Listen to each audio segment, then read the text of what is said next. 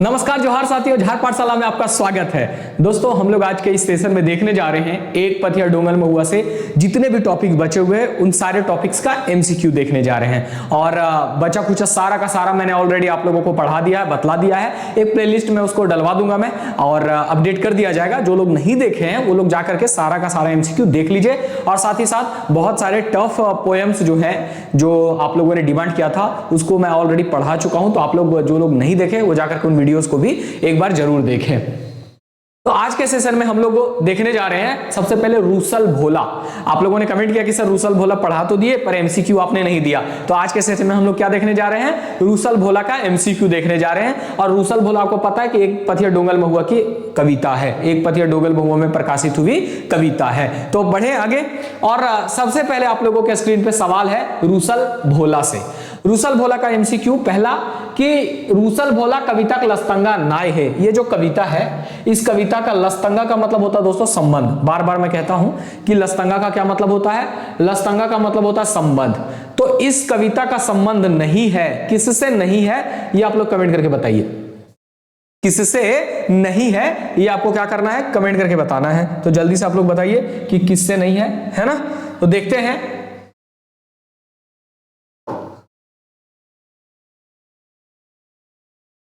चलो रेड पे नहीं रखते हैं, ये ज्यादा ठीक रहेगा। अब देखो यहाँ पे रूसल भोला कविता का लस्तंगा नाय है। तो संतोष कुमार महतो जी इस कविता के संकलनकर्ता संपादक हैं, तो इनसे तो संबंध है इस कविता का। एक पथिया डोंगल महुआ में चूंकि ये कविता प्रकाशित हुई थी इससे भी संबंध है। Doctor A K. झा जिनका पूरा नाम अजीत कुमार झा है, इससे इस कविता का कोई संबंध नहीं है। एक पथिया डोंगल महुआ डोंगवैया, तो देखो चाहे संतोष कुमार महतो नाम लिखा रहे चाहे ऐसे लिखे एक पथिया डोंगल महुआ डोंगवैया। डोंगवैया मतलब डोंगवैया शब्द इस्तेमाल हुआ है संकलनकर्ता के लिए, संकलनकर्ता है ना, संकलन करता। तो संकलन करता भी कौन है इस कविता के, संतोष कुमार महतो जी। संपादक भी कौन है, संतोष कुमार महतो जी ही है। तो इस हिसाब से क्या पूछा है, लस्तंगा नाय है। तो डॉक्टर ए.के. झा जी से इस कविता का कोई लस्तंगा नहीं है, एक बात याद रखना। Doctor A K. झा से इस कविता का कोई लस्तंगा नहीं है। नेक्स्ट सवाल की तरफ चले। नेक्स्ट सवाल देखो, अगला सवाल है रूसल भोला कविताएं केकरा कांदे देखवल गेल है। इस कविता में रोते हुए दिखाया गया है ना। अब रोने लगता है, कौन रोने लगता है या लगती है। इस कविता में आपने देखा ना कि एक दिन कांदे लगली पार्वती माए, है ना, एक दिन कांदे लगली पार्वती माए, यानी कि पार्वती माँ जो है इस कविता में उनको रोते हुए दिखलाया गया है, रोते हुए दिखला रहे। कांदे का मतलब क्या है, कांदे के क्रियावाची शब्द है। कांदे क्या है, एक क्रियावाची शब्द है, क्रिया शब्द है जिसका मतलब क्या होता है, जिसका मतलब होता है रोना। क्या होता है, रोना। तो इस कविता में रूसल भोला कविता में किसको रोते हुए दिखाया गया है, पार्वती, यानी कि पार्वती माँ को इस कविता में रोते हुए दिखाया गया।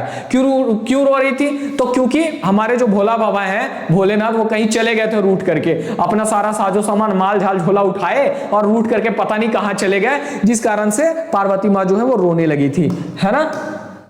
अगला देखो रूसल भोला कविताएं केकर समस्या देखवल गेल है। अब रूसल भोला कविता में किस समस्या को दिखाया गया है, किस समस्या को इसमें प्रेजेंट करने का काम किया गया है, तो घारिनी के समस्या। अब देखो घारिनी, घारिनी, घारिनी मतलब घारिणी की नहीं होता, यहाँ पे के होता है, की लिखा गया, हिंदी का शब्द है ये, समस्या। घारिणी की मतलब गृहिणी का समस्या।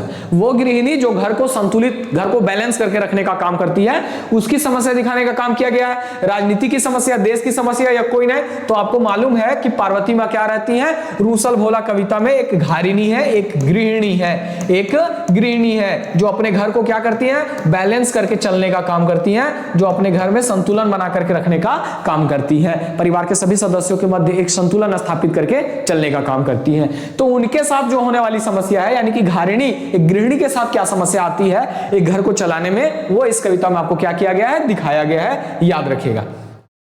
अगला सवाल है कि रूसल भोला कविता लागे। अब ये जो कविता है ये कैसा कविता है ना, ये कैसा कविता है, फिंगाटी कविता है, प्रगतिशील रचना है, रूढ़िवादी रचना है, या ए सी दोनों। तो देखो दोस्तों याद रखना, फिंगाटी, फिंगाटी का मतलब क्या हो गया, व्यंग्यात्मक, है ना। तो ये कैसा रचना है, एक व्यंग्यात्मक रचना है। अब सच में भोला बाबा है कि नहीं है ये तो कोई जानता भी नहीं है, सच में पार्वती माँ है कि नहीं है ये भी कोई जानता है या कोई भी नहीं जानता, है ना। लेकिन उन लोगों को क्या किया गया है, उन लोगों के ईश्वर है वो, ईश्वर रूप में उन लोगों को पूजा जाता है, तो उनके नाम का इस्तेमाल किया गया है और उनके बीच की समस्या, उनके परिवार की समस्या को दिखाने का काम किया गया है, जो कहीं ना कहीं फिंगाठी है, कहीं ना कहीं व्यंग मारने का काम किया है। किसने? हमारे कवि जी ने। तो ये सवाल आपके लिए वेरी वेरी इंपॉर्टेंट है, इसको याद रखना कि रूसल भोला कविता कैसी रचना है, तो फिंगाठी रचना है, व्यंग्यात्मक रचना है, व्यंग कसा गया है इसमें कवि के द्वारा, है ना, कवि के द्वारा, याद रखिएगा। प्रगतिशील रचना क्या होता है? प्रगतिशील रचना जो परिवर्तन को स्वीकार करे, वैसी रचना, जो परिवर्तन करने के लिए या परिवर्तन को स्वीकार करते हुए जो रचना की जाती है, वैसी रचना प्रगतिशील रचना। रूढ़िवादी रचना कैसी? जैसे जो परंपराएं हैं उसको एकदम परंपराओं को मानने वाला जो बात जिस रचना में आपको दिखेगा, जैसे नहीं दहेज प्रथा एक परंपरा बन गया है, इस परंपरा का जिस रचना में आपको क्या दिखेगा? समर्थन दिखेगा, वैसी रचना आपको क्या मिल जाती है? रूढ़िवादी रचना मिलती है। बहुत सारी रचनाएं हैं जिसमें परंपराओं को क्या किया गया है? तवज्जो दिया गया है। तो ये रचना कैसी है? फिंगाठी रचना, इस बात को याद रखना, फिंगाठी व्यंग्यात्मक रचना है, व्यंग्यात्मक रचना है। नेक्स्ट सवाल की तरफ चलते हैं। अगला, कौन कविताएं देवी देवता विषय बनाए के फिंगाठी करल गेल है? अब आपके सामने 4 ऑप्शन है और इन 4 ऑप्शन में बताया गया है कि कौन सी ऐसी कविता है जिस कविता में देवी देवता को क्या किया गया है? विषय बना करके फिंगाठी किया गया है, व्यंग्य किया गया है। तो आप लोगों को मालूम है कि वो रचना कोई और नहीं बल्कि रूसल भोला रचना है, जिसमें देवी पार्वती और देवता में आपके गणेश हो गए, कार्तिक हो गए, भोला बाबा हो गए, इन सबको क्या किया गया? विषय बना करके व्यंग्य किया गया है, उनके परिवार पे व्यंग्य कसा गया है कवि के द्वारा। तो ये किस रचना के बारे में बात किया जा रहा है? ऑप्शन के हिसाब से डी नंबर ऑप्शन हो जाएगा। आप लोग जवाब देते चलिएगा, है ना, जवाब देते चलिएगा। अगला देखो, रूसल भोला कविता के रूस जाए। रूसल भोला कविता में आखिर कौन है जो रूस जाता है? रूस जाए मतलब रूठ जाता है। तो आप लोगों ने शुरू में ही देखा था इस कविता में कि एक दिन कांधे लगली पार्वती माए, है ना, कंधे हाय बम भेला हमर बम भोला, है ना, और रूस के अपन माल झाल झोला लेके कंधे चल गेला हमर भोला। तो ये रूसल भोला का है। रूसल भोला कविता में कौन रूट करके जाते हैं? तो कोई, देखो यहाँ पे गणेश, सभे देवी देवता और पार्वती लिखा हुआ है, लास्ट ऑप्शन एक में कोई नहीं है, तो यही ऑप्शन सही होगा, क्योंकि रूसल भोला कविता में कोई और नहीं रूठता। ऑप्शन देखो वहां पे टाइटल में साफ साफ लिखा हुआ है रूसल भोला, तो भोला बाबा हमारे रूठते हैं। कौन रूठते हैं? भोला बाबा हमारे रूठते हैं, भोला बाबा रूठते हैं। तो इसमें ऑप्शन में था नहीं भोला, तो इसका ऑप्शन क्या हो जाएगा? डी नंबर हो जाएगा। याद रखिएगा, थोड़ा सा घुमाया है इस ऑप्शन में, और कुछ भी नहीं है, बल्कि आसानी क्वेश्चन है ये। रूसल भोला किनकर रचल कविता लागे? इससे आसान तो क्या हो सकता है बताओ। अब रूसल भोला जो है वो किनकी रची हुई कविता है? किसने इसको रचा है? तो रूसल भोला जो कविता है इसके रचनाकार कौन है? एके झा, शिवनाथ प्रमाणिक, पानुर जी, आयकर में कोई नहीं। तो देखो फिर से आपको फंसाने का कोशिश किया है, ये तीनों बिल्कुल नहीं है, है ना। एक रूसल भोला कविता के जो रचनाकार है या कवि है उनका नाम है संतोष कुमार महतो, और एक भी ऑप्शन में संतोष कुमार महतो नहीं है। तो डी ऑप्शन को हम लोग क्या करेंगे? चूज करेंगे। आप लोगों को मालूम है कि एक पथिया डोंगल महुआ जो पुस्तक है, इस पुस्तक के संकलनकर्ता और संपादक का नाम भी संतोष कुमार महतो है। संतोष कुमार महतो जी की भी एक कविता रूसल भोला आपने पढ़ा है, और यह कविता भी इसी पुस्तक में प्रकाशित हुई। तो डी ऑप्शन इसका हो जाएगा, एकर में कोई ना है। अगले सवाल की तरफ चले।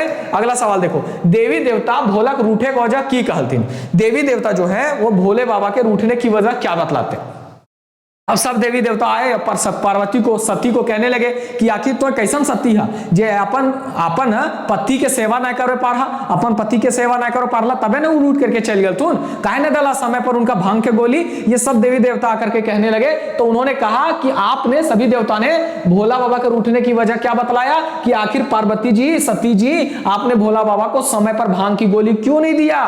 तो वजह क्या था? समय पर भोला बाबा को भांग की गोली ना देना। यह व्यंग्य है, ये सब व्यंग्य किया जा रहा है ना। तो समय पर भोला बाबा को भांग की गोली ना देना, सब देवी देवताओं ने ये वजह बताया भोला बाबा के रूठने का। ये सवाल बन सकता है, थोड़ा सा घुमा करके इस सवाल को बनाया गया है, याद रखिएगा, थोड़ा सा घुमा करके बनाया गया इस सवाल को। अगले सवाल की तरफ चलते हैं। रूसल भोला कौन किताब पे इंजराइल है? ये आसान सा सवाल है, और कई बार एग्जाम में ऐसे सवाल भी आपको देखने को मिल जाते हैं। हर तरह का सवाल आपको देखने को मिलेगा। रूसल भोला कौन किताब पे इंजराइल है? कौन सा पुस्तक में रूसल भोला कविता जो है वो प्रकाशित हुई? तो वो पुस्तक का नाम है दोस्तों एक पथिया डोंगल महुआ, संतोष कुमार महतो जी के संपादन और संकलन में प्रकाशित। संपादन और संकलन में प्रकाशित, यही संकलन करता है और यही संपादक भी है। कौन? हमारे संतोष महतो जी, मास्टर साहेब संतोष कुमार महतो जी। एक मौनी फूल भी इन्होंने लिखा, संतोष कुमार महतो जी।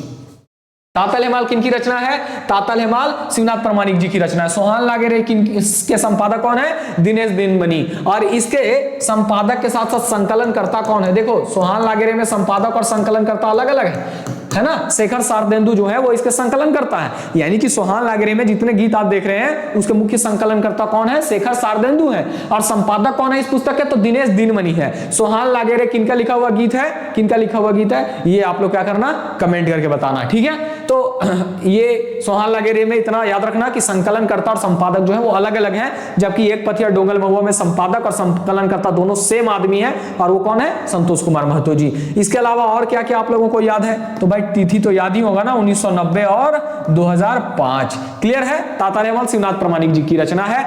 कैसी रचना है, ये फुटकर कविता संग्रह है, याद रखिएगा। कैसी रचना है, फुटकर कविता। फुटकर कविता संग्रह क्या होता पता है, संग्रह, कविता संग्रह तो पता है, कविताओं का कलेक्शन, लेकिन फुटकर कविता जैसे प्रामाणिक जी की लिखल बड़ी सारा कविता इन्हें उन्हें छपल रहा, और वही सबको क्या किया, जमा करके एक पुस्तक के रूप में प्रकाशित कर दिए, और पुस्तक का नाम रखे तातल हेमाल। तो तातल हेमाल फुटकर कविता संग्रह है, ये बात याद रखिएगा।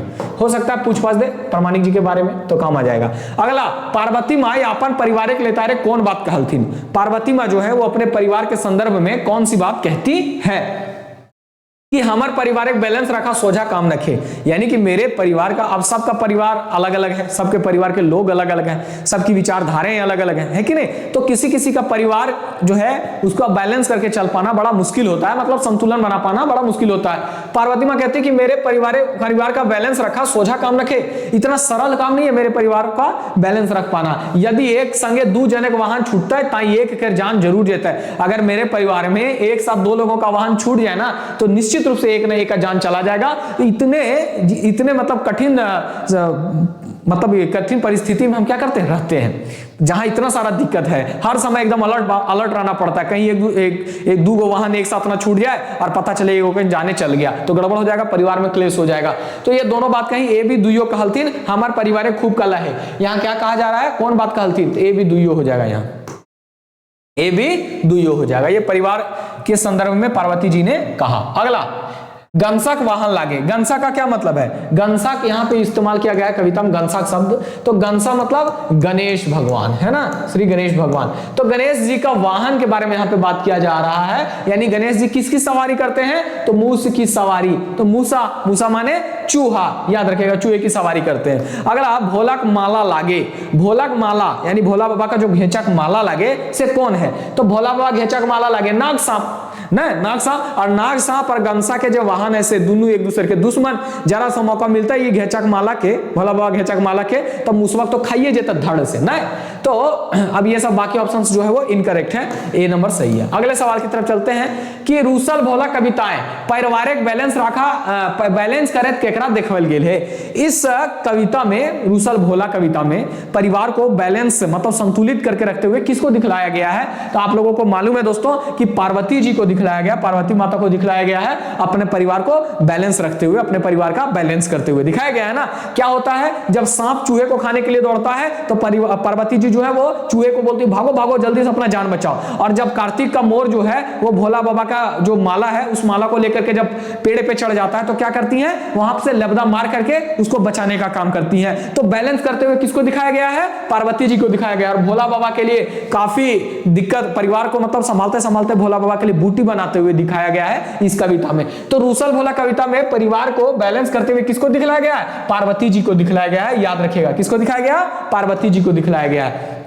अगला सवाल है कि रूसल भोला से कैसे मानो हथिन। हमारे जो भोला बाबा हैं, रूठे हुए हमारे भोले बाबा, अंत में आखिरी में कैसे मान जाते हैं, कैसे मानते हैं, भांगे गोली खा के आपन मने शांत भेज जाथिन, या देवता सभी ने कोर्सी से, या एकर कोनो सुपर जवाब कविताएं नहीं है। जरा सा आप लोग सोचिए, जरा सा सोचिए, एकदम जरा सा सोचिए, और से ज्यादा नहीं।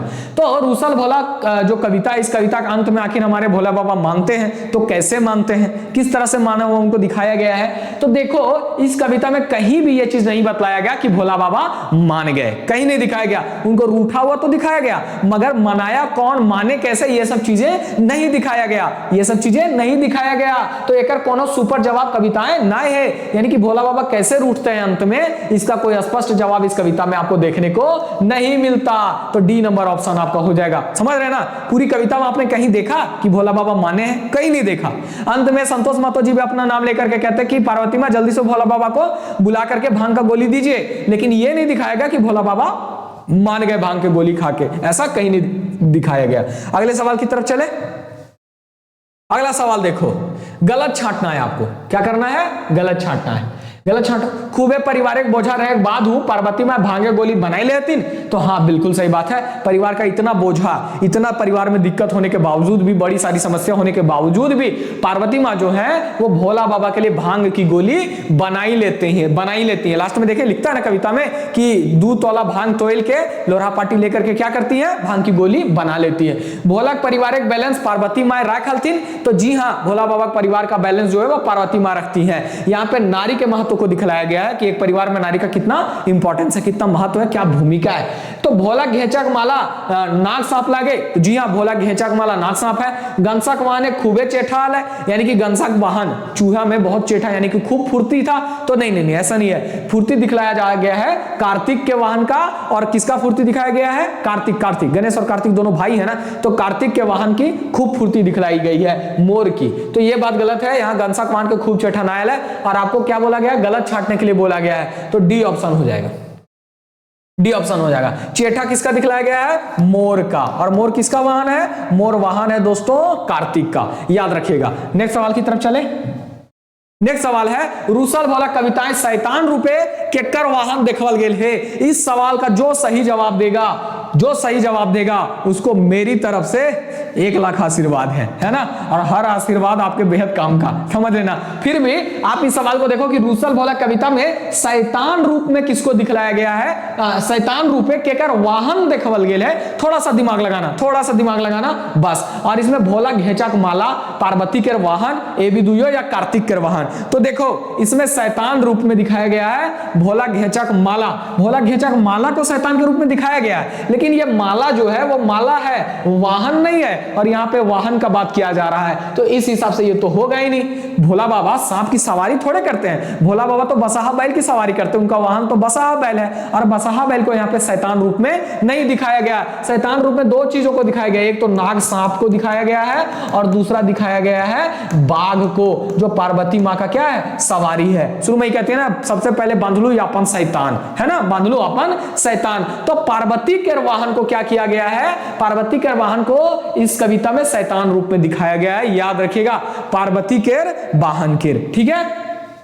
घेचक माला है, वाहन नहीं है, याद रखिएगा। इसी वजह से इस क्वेश्चन में थोड़ा सा ट्विस्ट आ जाता है। कार्तिक के वाहन एक विशेषता लागे, आखिर कार्तिक गणेश और कार्तिक शंकर भगवान के बेटे हैं, भोला बाबा के बेटे हैं। अब कार्तिक का जो वाहन है उसकी विशेषता क्या है, तो उसकी विशेषता बताई गई कि वो बड़ी चेठगर है, मतलब एकदम फुर्तीला है और खूब नीडर है, एकदम नीडर है। का किया, भोला बाबा के माला सपवा के मौका मिला, बस लेकर उड़ के बैठ जाता कहाँ, गछवा के ऊपर, और मारने लगता है अपन चोंच, है ना। बाद में पार्वती माँ लेबदा मार के बचा लेती है, किसको, सपवा को। तो इसमें क्या कार्तिक के वाहन की विशेषता बतलाई गई है, ए भी दोनों, कि वो वाहन जो है वो चेठगर भी है और नीडर भी है, दोनों चीजें बतलाई गई है। किसका, मोर का। मोर किसका वाहन, कार्तिक का। अगला, संतोष कुमार महतो जन्म ठाव छाटा। संतोष कुमार महतो मास्टर साहब का जन्म ठाव यानी कि कहां के रहने वाले हैं, जन्म स्थान इनका कहां है, तो दोस्तों याद रखिएगा कि ये गांगजोरी बोकारो के रहने वाले हैं। कहां के रहने वाले हैं, गांगजोरी बोकारो। चूंकि ये कविता इन्हीं की है और इनके बारे में ऑलरेडी मैंने आप लोगों को परिचय वाला सेशन में बतला भी दिया था, वीडियो ऑलरेडी पड़ा हुआ है, जो लोग नहीं देखे जाकर के देख सकते हैं। यहां पर आकर के आपका रूसल भोला से जितनी कविताएं बनती थी आपने सब के सब देख लिया, एक भी आपका नहीं छूटा। तो बतलाइएगा आप लोग थम्स अप करके कि क्वेश्चंस आपको कैसे लगे, मजेदार लगे ना। अब चलो हम लोग नेक्स्ट टॉपिक की तरफ चलते हैं, अगला टॉपिक देखते हैं, और अगला टॉपिक है महुअक भनीता। क्या है, महुअक भनीता। अब ये कविता है, इस कविता के एमसीक्यू को हम लोग देख लेते हैं। जो लोग पढ़े हैं ठीक है, जो लोग नहीं पढ़े हैं उनको इस एमसीक्यू से भी बहुत कुछ समझ में आ जाएगा। देखो वास्तव में जैसे नहीं होता गुणगान, महुअक भनीता मतलब समझो कि महुआ का गुणगान किया गया है, महुआ गीत या महुआ पर रचना ऐसे भी कह सकते हैं। महुअक भनीता का मतलब या महुआ का विशेषता बतलाने का काम किया गया। तो गुणगान में क्या किया जाता है, गुणगान में विशेषता बतल जाता है ना। तो महुअक भनीता में महुआ का गुणगान किया गया है और महुआ की क्या क्या खूबी है ये बतलाया गया है, सब कुछ बतलाया गया। सब सारे सवाल के माध्यम से आप लोग समझने का प्रयास करना कि महुअक भनीता किनकर रचल कविता लागे। आखिर ये महुअक भनीता, महुआ गुणगान जो कविता है वो किनका रचा हुआ है, तो किनका रचा हुआ है, ये अतुल चंद्र मुखर्जी का रचा हुआ है। किसका रचा हुआ है? अतुल चंद्र मुखर्जी का रचा हुआ है, याद रखिएगा। अगला सवाल देखो, अगला सवाल है महुआ भनिता कविता कौन किताब में इंजराइल है? ये तो आसान सा सवाल हो गया, इस सवाल के बारे में तो टेंशन ही नहीं है। ये कविता कौन सा पुस्तक में आई है? एक पथिया डोंगल महुआ पुस्तक में आई है, एक पथिया डोंगल महुआ पुस्तक में आई है, अतुल चंद्र मुखर्जी की कविता। अगला, महुआ शब्दे कौन कारक चिन्ह लागल है? अब यहाँ पे ग्रामर का सवाल है, देखो महुआ भनिता आप देख रहे हैं शीर्षक, तो महुआ जो शब्द है इस शब्द में कारक विभक्ति लगा हुआ है। कौन से कारक की विभक्ति लगी हुई है? अगर सवाल ये पूछ दे तो याद रखना इसमें संबंध कारक की विभक्ति लगी हुई है। पूछिएगा कि सर संबंध कारक विभक्ति क्या है? क, कर, केर, र, है ना, न, ये सब जो है वो संबंध कारक की विभक्ति है, याद रखिएगा। वो संबंध कारक की क्या है? ये सब विभक्तियां हैं, ये सब याद रखिएगा। तो इसमें देखो महुआ में क विभक्ति लगा हुआ है, क विभक्ति लगा हुआ है, और क कौन सा? महुआ भनिता, यानी कि महुआ का गुणगान, महुआ गीत, जो भी आप कह सकते हो, ये संबंध कारक विभक्ति है। अगले सवाल की तरफ चले। अगला सवाल है महुआ भनिता माने की है? आखिर महुआ के भनिता का क्या मतलब है, क्या अर्थ है? तो महुआ भनिता का मतलब है महुआ दारू, महुआ गीत या बखान या गुणगान, जो भी कह सकते हैं, गुणगान। तो क्या है महुआ के भनिता का मतलब? तो महुआ गीत, महुआ बखान या महुआ गुणगान, ये इसका मतलब होता महुआ के भनिता का, याद रखिएगा। अगले सवाल की तरफ चले। अगला सवाल देखो, अगला सवाल है कौन गाछ टाक नाम हीरा लागे? इस कविता में बताया गया है कि महुआ तो गाछ टाक नाम लागे हीरा, तो बताएगा कि कौन गाछ का हीरा नाम लागे? तो हीरा नाम है महुआ का, क्योंकि इसका लकड़ी जो होता है ना वो बहुत दिनों तक एकदम ठीक ठाक रहता है, सड़ता वड़ता नहीं है, पानी वानी में भी ठीक ठाक रहता है ना, बड़ी मजबूत होता है, तो इसलिए इसको नाम कहा दे दिया हीरा। हीरा की विशेषता क्या? हीरा भी बड़ी कठोर होता है, बड़ी मजबूत होता है कि नहीं? डायमंड हीरा जो है, हीरा जो क्या है? हीरा कार्बन का एक अपरूप है ना, कार्बन का अपरूप है, और ये बहुत मजबूत होता है। कौन? हीरा। उसी प्रकार से हीरा की तरह बतलाया गया महुआ की लकड़ी को भी, महुआ की भी लकड़ी बड़ी मजबूत होता है, इसलिए कवि जी ने नाम दिया है कि महुआ तो गाछ टाक नाम लागे हीरा। तो कौन से गाछ का नाम हीरा है? महुआ गाछ का।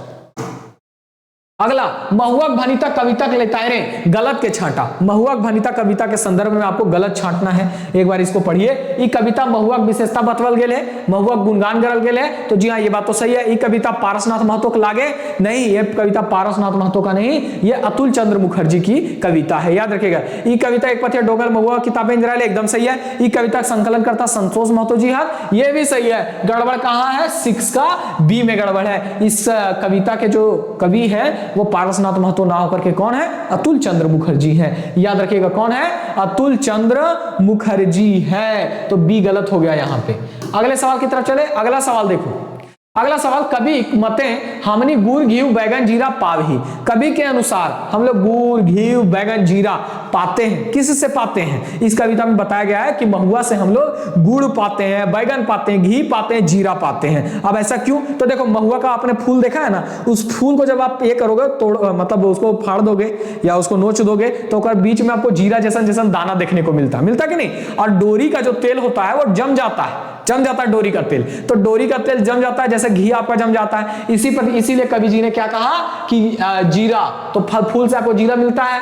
घी जो डोरी का तेल है या कोचरा का जो तेल होता है वो तेल जम जाता है, घी जैसा जम जाता है, इसीलिए उसको घी कह रहे हैं। बैगन, अब आपका कोचरा जो महुआ का फल है ना, फल वो बैगन जैसा लगता है देखने में, इसीलिए यहाँ पे बैगन शब्द का इस्तेमाल किए हैं। और गुड़, महुआ के फूल को देखें एकदम गुड़ जैसा हो जाता है, चिपक करके, सब सूख के चिपकता है एकदम गुड़ जैसा लगने लगता है। तो इसीलिए कवि जी कहते हैं कि महुआ तुमसे हमको क्या क्या मिलता है? गुड़ मिलता है, घी मिलता है, बैगन मिलता है, जीरा सब तुमसे मिलता है। तो कवि के मते हम लोग किससे बैगन घी जीरा पाते हैं? किसी और से नहीं, महुआ से पाते हैं। एक महुआ हमको गुड़ घी बैगन जीरा सब देता है, ठीक है। अब सचमुच का गुड़ और घी और बैगन जीरा नहीं देता है, ये यहाँ पे ये सब क्या किया गया? एक प्रतीक के रूप में इस्तेमाल किया गया है, क्योंकि जीरे जैसे उसके दाने मिलते हैं और घी गुड़ जैसा सब जब महुआ जमा होता है गुड़ जैसा लगता है। इसके रस से भी गुड़ बनाया जाता है। पहले इसके रस से महुआ का जो फूल है उसके रस को क्या करके निकाल करके पकवान वकवान बनाने का काम किया जाता था, तो गुड़ के जैसा यूज होता था। किसका? महुआ के फूल का। ये बात भी याद रखिएगा।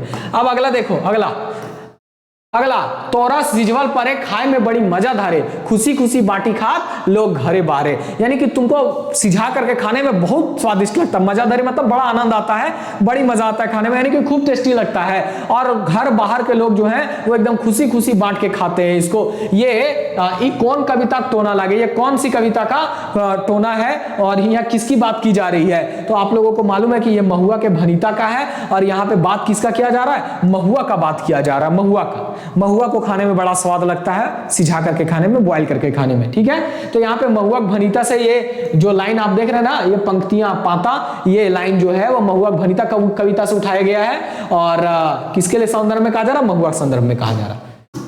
अगला सवाल देखो, अगला सवाल, महुआ फर टक नाम की लागे। महुआ का जो फल है उसका नाम क्या है? तो महुआ के फल का नाम है दोस्तों कोचरा, कचरा, डोरी, जो भी आप कह सकते हो, ये सब महुआ के फल का नाम है, याद रखिएगा। तो महूल, महूल नहीं, कचरा, कोचरा, कचरा जो भी है, ठीक है। अगले सवाल की तरफ इसका आंसर क्या हो जाएगा? बी हो जाएगा। अगला सवाल, महुआ भनीता कविता कवि की इच्छा है। अच्छा, ये जो महुआ भनीता कविता है, इस कविता के आखिरी पंक्तियों में कवि जी की अपनी कुछ इच्छा दिखाई दे रही है। वो इच्छा क्या है? तो वो इच्छा ये है कि कवि जी अंत काल में, अपने अंत समय में, महुआ का इतना गुण होने के बाद कवि जी इच्छा करते हैं कि जब मैं मरूं तो मेरे लिए जो चिता तैयार की जाए वो महुआ की लकड़ी से ही तैयार की जाए और इस चिता पे मुझे आराम से लिटा दिया जाए। उस चिता पे मैं आराम से सुख से सोना चाहता हूं। सोना चाहता मतलब सोना सच का नहीं, यानी कि उस चिता पे मुझे क्या कर दिया जाए? लिटा करके मेरा अंतिम संस्कार किया जाए। अंत काल में महुआ बनल चिता में सुखे सुतल रहे, ये कवि जी की इच्छा है। महुआ मतलब महुआ की लकड़ी के बने चिता पे, है ना, महुआ के लकड़ी की बनी चिता पे सोना किसकी इच्छा है? तो कवि जी की इच्छा है, याद रखिएगा, अंत काल में। अगली कविता देखो, अगली, महुआ की प्रयोग है वे। महुआ का आखिर प्रयोग क्या क्या है भाई? तो बहुत सारे प्रयोग है महुआ के, क्या क्या? तो कलाली दारू रूपे, अब शराब खाने, कलाली मतलब मैखाना में महुआ का दारू देखने को मिलता है ना। खूब हम झारखंड उरखंड में महुआ का दारू खूब चलो, सब महुआ का दारू पी के एकदम टाइट रहतू, संजिया के पीकर खूब झगड़ा करते रहता है, सस्ता में मिलिए जाता है। तब कलाली में दारू के रूप में महुआ का प्रयोग होता है, एकदम सही बात है। अब यहाँ पे जुआट हार बनवे में, अब देखो महुआ की लकड़ी के बारे में बताया ना कि महुआ तोरगाछ टाक नाम लागे हीरा, यानी कि तुम्हारी जो लकड़ी है वो हीरे के समान मजबूत और कठोर है और उससे जुआट और हार बनाने का काम करते हैं किसान सब। इसलिए बनाते हैं उससे जुआट और हार, क्योंकि ये सब मजबूत लकड़ी का बनाने से ये सब काफी मजबूत रहता है और किसान को क्या चाहिए? मजबूत जुआट और मजबूत हल ही तो चाहिए ना। तो ये आपका महुआ के पेड़ से या महुआ की लकड़ी से बन जाता है। तेल रूप है, देखो महुआ के डोरी यानी कि उसका जो गोटा यानी कि बीज होता है ना, उसके बीज से क्या बनाया जाता है? तेल बनाया जाता है, डोरी का तेल बनता है। और डोरी का जो तेल होता है वो दर्द उर्द मिटाने में उसका क्या किया जाता है? इस्तेमाल किया जाता है। तो इस कविता में यह भी बताया गया कि डोरी का तेल कमियां सब क्या करते हैं? लगाते हैं, इस्तेमाल करते हैं और अपना दर्द मिटाते हैं। तो तेल रूप में भी महुआ का इस्तेमाल किया जाता है। तो क्या क्या प्रयोग है? सब प्रयोग है, सब प्रयोग है। डी आंसर हो जाएगा सभी, याद रखिएगा। अगले सवाल की तरफ चले। अगला सवाल देखो, अगला सवाल है कि महुआ गोटा तेल कौन काम में आवे है? महुआ गोटा, गोटा मतलब क्या होता है? गोटा मतलब गोटा की, ठीक है। तो गोटा का मतलब क्या होता है? बीज होता है। तो अभी मैंने आपको जस्ट बताया कि महुआ के बीज का जो तेल बनता है उसका काम क्या क्या है? तो दर्द मिटाने में इसका यूज होता है, साथ ही साथ रोटी बारा छाके में। अब इसका जो तेल है, इस तेल में पहले क्या किया जाता था? अब पहले भाई देखो, आज के जमाने की तरह इतनी फैसिलिटीज तो नहीं थी ना, तो पहले के लोग महुआ के तेल में क्या करते थे? रोटी वगैरह छानते थे, मतलब रोटी को ये करते थे, फ्राई किया करते थे। कुछ पकवान बनाने का आड़ा आपका बारा वगैरह छानना वानना होता था तो महुआ के तेल में ही छानते थे और खाते थे। और पहले के लोग एकदम फिट फाट रहते थे। आज आपका डालडा वालडा पता नहीं का आ गया है, खाते हैं और एकदम मरियल जैसा रहते हैं। तो इसमें आपका आंसर क्या हो जाएगा? ए भी दुइयो हो जाएगा, याद रखिएगा। ए भी दुइयो, खाने में भी प्रयोग होता है महुआ के तेल का, महुआ के गोटा के तेल का, और दर्द मिटाने के लिए भी मसाज करके अपना दर्द मिटाने का काम भी करते हैं इस तेल से। तो इसका ए भी दोनों हो जाएगा। यहां तक क्लियर है? इस टॉपिक से बहुत अच्छे सवाल इतने ही बन रहे थे, इससे अधिक सवाल जबरदस्ती के होते इसलिए मैंने छोड़ दिया। अब हम लोग अगले टॉपिक की तरफ चलते हैं जिसका शीर्षक है मेढ़हार मानुष। याद रखिएगा, शीर्षक क्या है? मेढ़हार मानुष। मेढ़ माने की है, आखिर मेढ़ का मतलब क्या होता है? इस टाइटल में आप देख रहे हो मेढ़ और मानुष। तो मेढ़ का मतलब क्या है? मेढ़ का मतलब है मूर्ति, मूर्ति, मिट्टी की मूर्ति जो होती है ना उसको मेढ़ कहा जाता है, ठीक है। तो मेढ़ का और मानुष का मतलब मनुष्य, याद रखिएगा। मेढ़ माने मूर्त, मेढ़ माने मूर्त, मूर्त माने मूर्ति, मिट्टी की मूर्ति, याद रखिएगा। क्लियर है? अगले सवाल की तरफ चले। अगला सवाल देखो, मेढ़ और मानुष किनकर रचना लागे? आखिर ये जो रचना है मेढ़ और मानुष, ये किनकी रचना है? किसने इस कविता को लिखा? तो दोस्तों ये कविता लिखने का काम किए हैं हमारे शिवनाथ प्रामाणिक जी। कौन किए हैं? शिवनाथ प्रामाणिक जी। पानुरी जी का लिखा हुआ कविता कौन सा? जो एक पथिया डोंगल महुआ माया हमनी सब एक। संतोष महतो का लिखा, रूसल भोला। एके झा जी का लिखा, एके झा जी का लिखा हुआ आप लोग कमेंट करके बताओ, फिर भी मैं बतला देता हूं। दो कविता आपने देखा था ना, आज एक खोटा ताबे हमें कभी ना, ये दो आपने देखा था। तो शिवनाथ प्रामाणिक जी का लिखा हुआ कौन सी कविता है? मेढ़ और मानुष, याद रखिएगा, सब याद रखिएगा। क्लियर है? अगले सवाल की तरफ चले। शिवनाथ प्रामाणिक का जन्म ठाव छाटा। शिवनाथ प्रामाणिक जी का जन्म ठाव, जन्म स्थान जो है वो आपको छांटना है। कहां के हैं ये? कौन? हमारे शिवनाथ प्रामाणिक जी। कहां के हैं बताइए? तो शिवनाथ प्रामाणिक जी कहां के हैं? शिवनाथ प्रामाणिक जी जो है वो कहीं और के नहीं है, बल्कि बैदमारा बोकारो के रहने वाले हैं। गांगजोरी बोकारो के कौन रहने वाले हैं? संतोष महतो।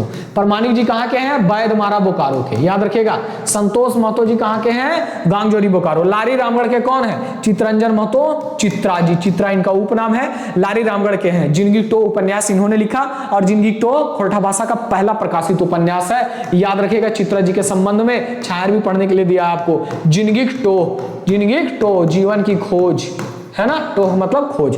तो लारी रामगढ़ के रहने वाले हमारे चित्रा जी, चित्रंजन महतो चित्रा जी, जिनकी लिखी हुई रचना जिंदगी टो उपन्यास रचना खोटा भाषा की पहली प्रकाशित रचना है। यानी कि उपन्यास में पहली उपन्यास खोटा भाषा की कौन सी है? जिंदगी टो। बरवाडा धनबाद के कौन है? तो हमारे श्रीनिवास पानुरी है, तो आप लोग को याद ही होगा। अगले सवाल की तरफ चले।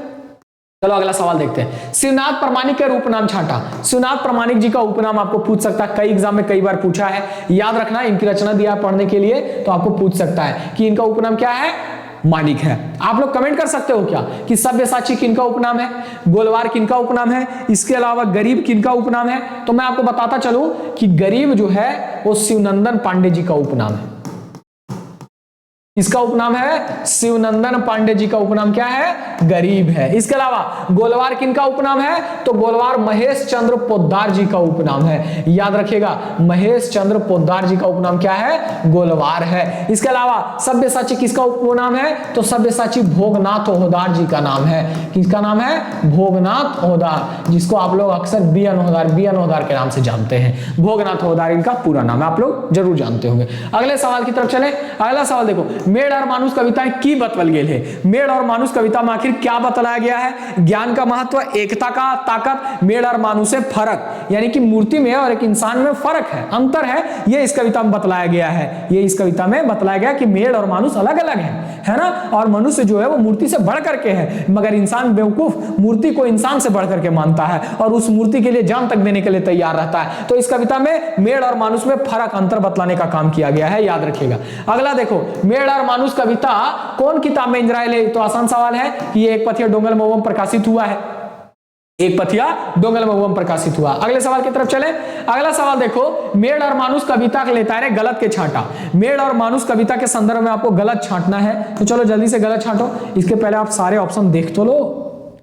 अब ये रहा 4 के 4 ऑप्शन आपके सामने, गलत छांटना है। ई कविता एक पथिया डोंगल महुआ किताब में इंजरायल है, बिल्कुल सही। मेढ़ और मानुष कविता जो है वो एक पथिया डोंगल महुआ में प्रकाशित हुआ, सही बात है भाई। इसके अलावा ई कविता डोंगवैया शिवनाथ प्रामाणिक जी हथिन, यानी कि इस कविता के जो संकलन करता है वो शिवनाथ प्रामाणिक जी हैं? नहीं, यही तो गड़बड़ कर दिया। इस कविता के संकलन करता शिवनाथ प्रामाणिक जी नहीं है। ई कविता संपादक संतोष महतो जी हथिन, हाँ बिल्कुल। ई कविता कवि को उपनाम मानिक लगे, ये भी सही है। देखो, इस कविता के डोंगवैया संकलन करता जो है वो भी संतोष महतो जी ही है। यहां शिवनाथ प्रामाणिक लिख करके गलत कर दिया, और आपको गलत छांटने के लिए दिया था ना, इसलिए आपका आंसर क्या हो जाएगा? आपका आंसर हो जाएगा दोस्तों बी। क्या हो जाएगा? बी। गलत ही छांटना था आपको, तो बी आंसर हो जाएगा इसका। अगले सवाल की तरफ चले।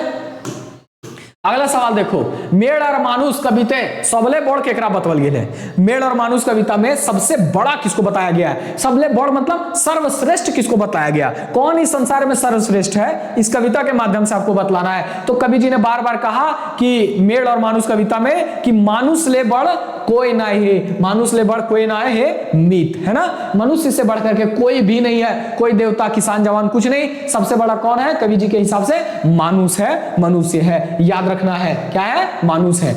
अगला सवाल देखो, नित करा मानुष खित मानुष ले बढ़ नखे मीत, देखो यही चीज तो वहां पे बताया मैंने अभी सवाल के रूप में, कहा इस कविता में कवि जी ने कि नित करा मानुष खित, यानी कि मनुष्य का हित का सोचो, नित कुछ ऐसा करो जिससे मनुष्य का हित हो, क्योंकि मनुष्य से बढ़कर के कोई भी नहीं है, मीत मतलब साथी होता है ना, तो मनुष्य से बढ़कर के कोई भी नहीं है, ये तुकबंदी के लिए मीत लिखे हैं, सबसे कहते हैं ये, है ना, कि मनुष्य से बढ़कर के कोई भी नहीं है। ईटा कौन कविता का पाता लगे, ये जो पंक्तियां आप देख रहे हैं ये कौन सी कविता की है, तो दोस्तों ये कौन सी कविता की है, ये है मेड़ और मानुष कविता की। मेड़ और मानुष किनकी रचना है, शिवनाथ परमाणिक जी की रचना है, क्लियर है, किसी को कोई दिक्कत नहीं। अगले सवाल की तरफ चलते हैं। अगला सवाल देखो, परमाणिक जी के लेता है गलत के छांटा, परमाणिक जी के संदर्भ में आपको क्या करना है, गलत छांटना है। परमाणिक जी क्या है बताओ, परमाणिक जी साहित्यकार है, बिल्कुल साहित्यकार है, कवि है, बिल्कुल कवि है, दामोदर कुरान आपने पढ़ रखा है, गीतकार है, निबंधकार है, तो जी हाँ गीतकार भी है और निबंधकार भी है। स्टोर कीपर ये नहीं है, पीटीपीएस में स्टोर कीपर कौन थे, तो डॉक्टर ए के झा थे पीटीपीएस में स्टोर कीपर, याद रखिएगा पीटीपीएस में स्टोर कीपर की नौकरी करते थे कौन, हमारे डॉक्टर ए के झा जी 1975 से 1999 तक वहां स्टोर कीपर का काम किए पीटीपीएस में, पतरातू थर्मल पावर स्टेशन में, फिर रिटायर हो गए। अब इसके बाद अगले सवाल की तरफ चलते हैं, तो यहां पे डी ऑप्शन हो जाएगा, बाकी सब सही है, गीतकार कवि निबंधकार ये सब कौन है, हमारे परमाणिक जी। अगला, भला की तोय मांगे हैं मेड़ से की खोजे, इस कविता में कहा गया है आखिर तुम मूर्ति से क्या चाहते हो, क्या मांगते हो उसके पास जाके क्यों रोते हो, मिट्टी की मूर्ति है वो, मूर्ति के पास जा रहे हो रो रहे हो। अब देखो ये थोड़ी सी प्रगतिशील रचना है, यहाँ पे कवि जी समझदार होने की बात कर रहे हैं, यहाँ पे मूर्ति की बुराई नहीं कर रहे, यहाँ पे कह रहे हैं कि आखिर खुद भी समझदार हो, पहले खुद जागो, ईश्वर भी तो यही कहते हैं ना, पहले स्वयं के भीतर से जागो, बाद में बाहरी चीजों को देखो, बाद में बाहरी चीजों में कुछ तलाशने का काम करो, लेकिन पहले भीतर तलाशो। कुछ ऐसी ही बात कवि जी भी कहते हैं कि आखिर तुम मूर्ति के पास जाके क्या मांगते हो, मेड़ से मिट्टी की मूर्ति से क्या चाहते हो। ये पंक्तियों में तोय शब्द केकर खातिर पर जो करल गेल है, ये मूर्ति, ये जो पंक्ति आप देख रहे हो इसमें तोय, ये तोय शब्द आप देख रहे हैं ना, भला की तोय मांगे, तो ये तोय शब्द जो है वो किसके लिए प्रयोग किया गया है, सवाल बन जाता है, यहां थोड़ा घुमावदार सवाल बनता है कि ये तोय सवाल किसके लिए प्रयोग किया गया है, कवि जी के खातिर, क्या कवि जी ने खुद के लिए प्रयोग किया या पढ़ने वाले बच्चों के लिए। अक्सर वो जाते हैं परीक्षा देते हैं, परीक्षा देने के बाद में चल जाएंगे मूर्ति उर्ति पूजने के लिए और मन्नत मांगने लग जाते हैं कि हे भगवान हमको पास करा दो, हम इतना चढ़ाएंगे उतना चढ़ाएंगे, ये करता है। अभी भी बड़ी सब करे होगा, पढ़े लिखेगा ना, खाली मन्नत मांग चलेगा कि हमारा नौकरिया हो गला तो एगो खस्सी दबाओ, हमारा नौकरिया हो गला मुर्गा दबाओ, हमारा नौकरिया हो गला नारियल चढ़ेबो, ई करबो ऊ करबो, इतना भाई मन्नत मांगते चलेगा। अरे मन्नत से पहले खुद के मेहनत को देखो और खुद से सबसे पहले मांगो कि मैं अपने आप से खूब मेहनत करूंगा, मैं अपने आप से वादा करो कि जितना मैंने सोच रखा उससे अधिक मेहनत करूंगा, अगर मैंने 12 सोचा तो 14 घंटा पढ़ूंगा, है ना, तो ये चीज भी नहीं होगा। पढ़वैया गिदर के लिए भी ऐसा नहीं है, जैनी जातले जनियन खूब मन्नत मांगो थी, बर्बाद हो जाती मन्नत मांगते मांगते। मेढक पूजवैया खातिर, तो इसका आंसर हो जाएगा दोस्तों डी, जो मूर्ति पूजा करते हैं उन लोगों के लिए, मूर्ति पे जो विश्वास करते हैं उन लोगों के लिए कवि जी तो ये शब्द इस्तेमाल कर रहे हैं इस लाइन का, है ना, याद रखिएगा कि भला की तोय मांगे, तो जो मूर्ति की पूजा करता है वही ना मूर्ति से जाकर के मांगता है ना, तो उसी के लिए कवि जी ने तोय शब्द इस्तेमाल किया, मेढक पूजवैया खातिर, यानी कि जो मेढ़ की पूजा करते हैं उसके लिए। अगला देखिए, अगला क्वेश्चन है मेढ़ और मानुष कविते कवि जी की कहे खोजती, आखिर कहना क्या चाहते हैं ये इस कविता में, मेढ़ और मानुष में आखिर ये कहना क्या चाहते हैं। तो दोस्तों याद रखिएगा कि इस कविता में, मेढ़ और मानुष कविता में कवि जी जो है वो काना पतिया नहीं माने कहते, ये अंधविश्वासी बनने नहीं कहते, आंख मूंद के भरोसा कहना ही अंधविश्वास है। तो ये आंख मूंद करके, चाहे देवी हो, देवता हो, भूत हो, प्रेत हो, किसी पे भी ये अंधविश्वास यानी कि आंख मूंद के भरोसा करने नहीं कहते। मानुष का सबले बड़ माने कहतीन, ये बार बार कहते हैं कि नित करा मानुष हित मानुष ले बड़ नखे मित, यानी कि ये मनुष्य को सबसे बड़ा मानते हैं और मानने के लिए कहते भी हैं। मेढ़ खातिर मोरे नाय कहतीन, इस कविता में कवि जी मूर्ति के लिए मरने को भी नहीं कहते, ये नहीं कहते कि मूर्ति के लिए अपना जान दे दो, ऐसा कुछ नहीं कहते, ठीक है, मतलब कहते हैं मूर्ति के लिए जान मान मत दो, प्राण देने की कोई आवश्यकता नहीं है। तो ये सब बातें कवि जी इस कविता में कह रहे हैं, सब बात कह रहे हैं, इसका आंसर क्या हो जाएगा, डी हो जाएगा, याद रखिएगा। अगले सवाल की तरफ चले, इस सवाल को पढ़ो आप लोग एक बार। मेढ़ और मानुष कविते परमाणिक जी कोनो चीजें मानेक पहले की करे कहो थिन। मेड और मानुष कविता आप देख रहे हैं ना, इस कविता में परमाणिक जी किसी चीज को मानने से पहले, किसी भी देवी देवता भूत प्रेत में विश्वास करने से पहले क्या कहते हैं कि पूर्णा रीति चले, पुरानी परंपरा के अनुसार से चलिए, या मेड़ के कर्जा कर दिया देख रहे, या मूर्ति को भले से कर्जा करके क्यों ना दिया दिखाना पड़े वो करो, या फिर उसका भेव जानो जिसको आप मानने जा रहे हो, यानी कि जिसकी आप पूजा करने जा रहे हो या जिसको आप मानने जा रहे हो, जिस पे विश्वास कर रहे हो, कम से कम उसका रहस्य तो जान लो, उसकी सच्चाई तो जान लो। तो ये बात सही है, सी ऑप्शन आपका सही है। जो इसको आप मान रहे हो उसका भेव जानने के लिए, भेव का मतलब होता है रहस्य, यानी कि उसके बारे में कंप्लीट जानकारी लो, है ना, उसके बारे में कंप्लीट जानकारी लो तब किसी चीज को मानो। केकरो से राय सलाह ले ली ये भी नहीं होगा, ये गलत चीज है। अगला ऑप्शन दे, अगला क्वेश्चन देखो, परमाणिक जी मेड़ और मानुष कविते भगवान केकर खातिर बतवे हथिन।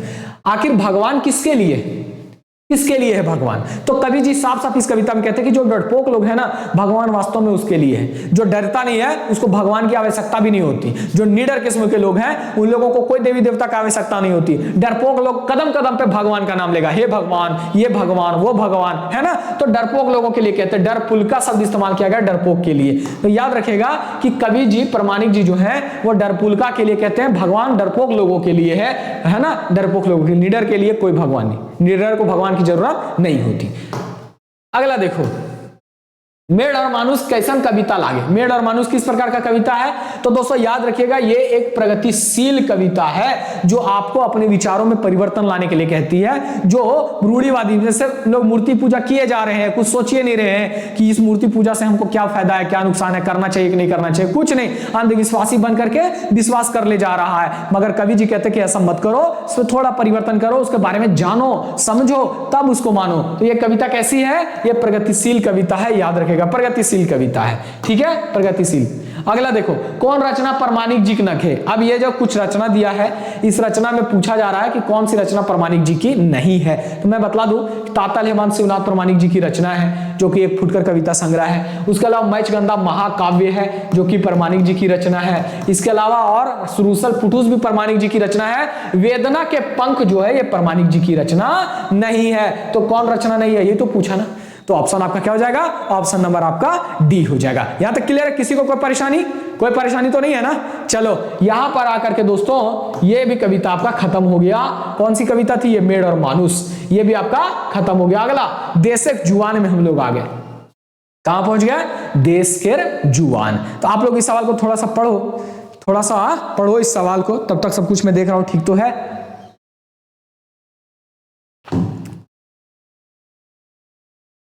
चलो इस सवाल को देखो, देशक जुआन कैसन रचना लागे। ये देशक जुआन जो है आखिर किस प्रकार की रचना है, कैसी रचना है? तो देशक जुआन जो है कैसी रचना है? कविता है, कविता है भाई। बार बार मैं कह रहा हूं, ये एक पथिया डोंगल महुआ की रचनाओं को हम लोग देख रहे हैं, और एक पथिया डोंगल महुआ में जितनी रचना है सब कविता है, ये भी एक कविता है।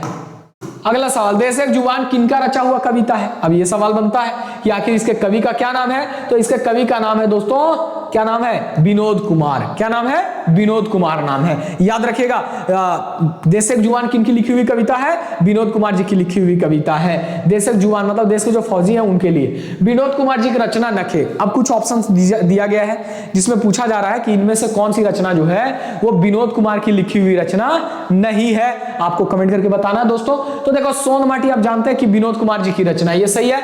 देशक जुआन कविता है और ये विनोद कुमार की रचना भी आपने देखा। खोटा लोकगीतों का सांस्कृतिक अध्ययन, यहाँ पे सांस्कृतिक शब्द छूट गया है। खोटा लोकगीतों का सांस्कृतिक अध्ययन, यह भी विनोद कुमार जी की रचना है। तातल हेमाल के बारे में आपको पता है कि यह शिवनाथ प्रामाणिक की रचना है। किसकी रचना है? तातल हेमाल शिवनाथ प्रामाणिक जी की रचना है, शिवनाथ प्रामाणिक जी की रचना है। और यही तो पूछ रहा है कि कौन रचना विनोद कुमार की नहीं है, तो इसका आंसर क्या हो जाएगा? डी हो जाएगा। क्लियर है? कोई दिक्कत नहीं। अगले सवाल की तरफ चलते हैं। अगला सवाल देखो, देशक जुआन कविता कौन किताब पे इंजराइल है? ये जो कविता है देशक जुआन, ये कौन से पुस्तक में प्रकाशित हुई है? तो ये एक पथिया डोंगल महुआ पुस्तक में प्रकाशित हुई है। ये बात आप लोगों को पता है ना? ये बात आप लोगों को पता है। अगला, देश एक जुआन कविता का लस्तंगा ना है। ये सवाल को थोड़ा सा देखिए कि देश एक जुआन एक कविता है और इस कविता का संबंध नहीं है, तो किसके साथ इसका संबंध नहीं है? चलो सा देखो इस कविता तो विनोद कुमार जी तो कवि निकले, तो इससे तो संबंध है। ये संतोष महतो जी इस कविता के संपादक और संकलन करता है, इनसे भी संबंध है। एक पथिया डोंगल महुआ में प्रकाशित हुआ, इससे भी संबंध है। और शिवनाथ प्रमाणिक जी से इस कविता का कोई लेना देना नहीं है, इसलिए इसका आंसर क्या हो जाएगा? 5 का डी हो जाएगा। 5 का क्या हो जाएगा? डी हो जाएगा, याद रखिएगा 5 का डी हो जाएगा। अगला, देशक शब्दें कौन कारक की विभक्ति लागल है? ये जो आप शब्द देख रहे हो देशक, इसमें कौन से कारक की विभक्ति लगी हुई है? आपको ग्रामर पढ़ना है और कविताओं से बनने वाले ग्रामर के सवाल आपको जरूर पूछेगा। तो देशक शब्द आप जो देख रहे हो इसमें कौन से कारक की विभक्ति लगी हुई है?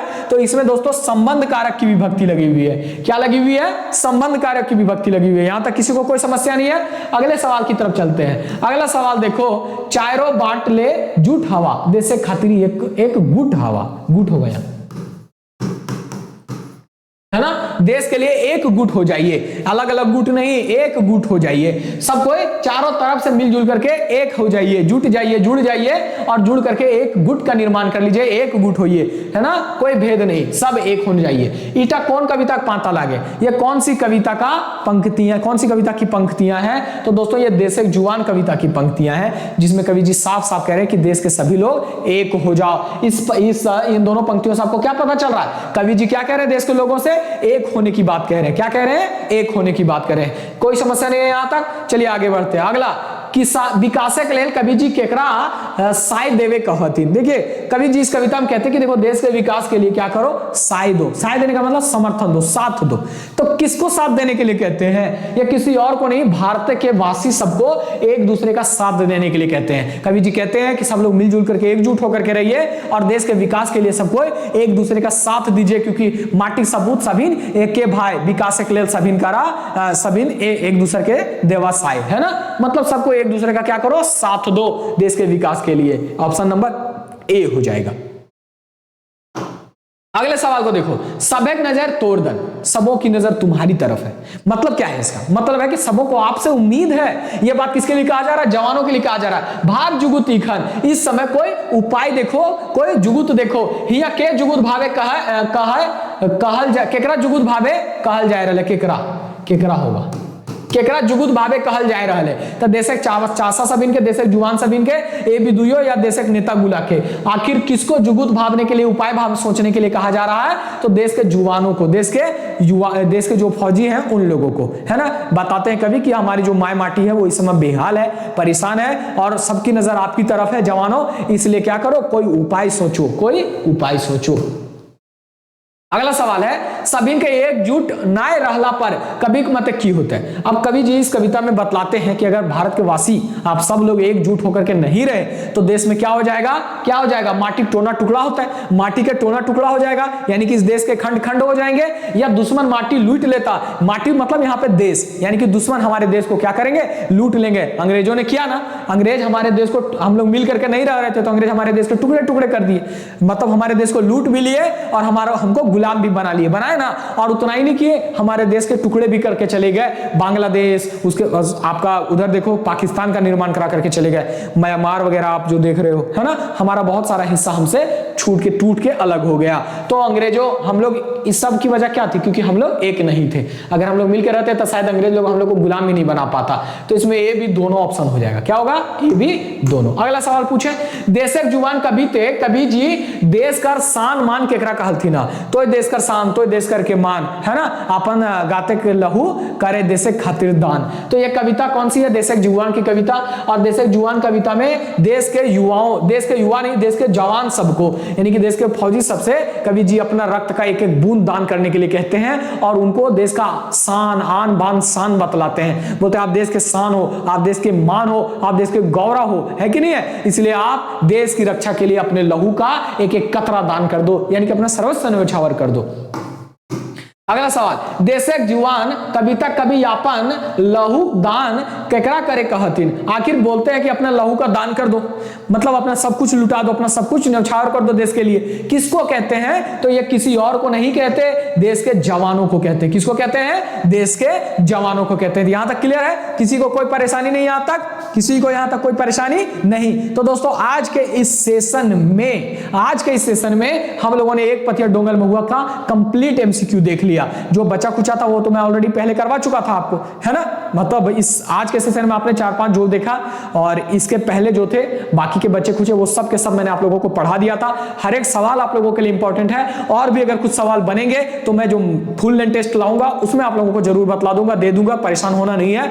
और दोस्तों जितना सवाल मैंने दिया है वो भी आपके लिए कम नहीं है। अगर इतना सब कुछ आप याद रखते हो तो आपके एग्जाम में हर सवाल आपको पकड़ में आ जाएंगे। स्टैंडर्ड क्वालिटी के सवाल है सारे के सारे, बस आप पढ़ते जाओ, देखते जाओ और मेहनत करते रहो, क्योंकि अब वक्त नहीं है, डेट तो आ ही गया है। सेशन अगर पसंद आया हो तो लाइक शेयर जरूर कर दिया करो और बाकी आपके मूड पे मूड ना करे तो ना भी करो, कोई जोर जबरदस्ती नहीं है। तो मेरे साथ बने रहने के लिए, झार पाठशाला के साथ जुड़ने के लिए, झार पाठशाला पे भरोसा करने के लिए, अपना सपोर्ट देने के लिए आप सभी का दिल से धन्यवाद। जय हिंद, जय झारखंड।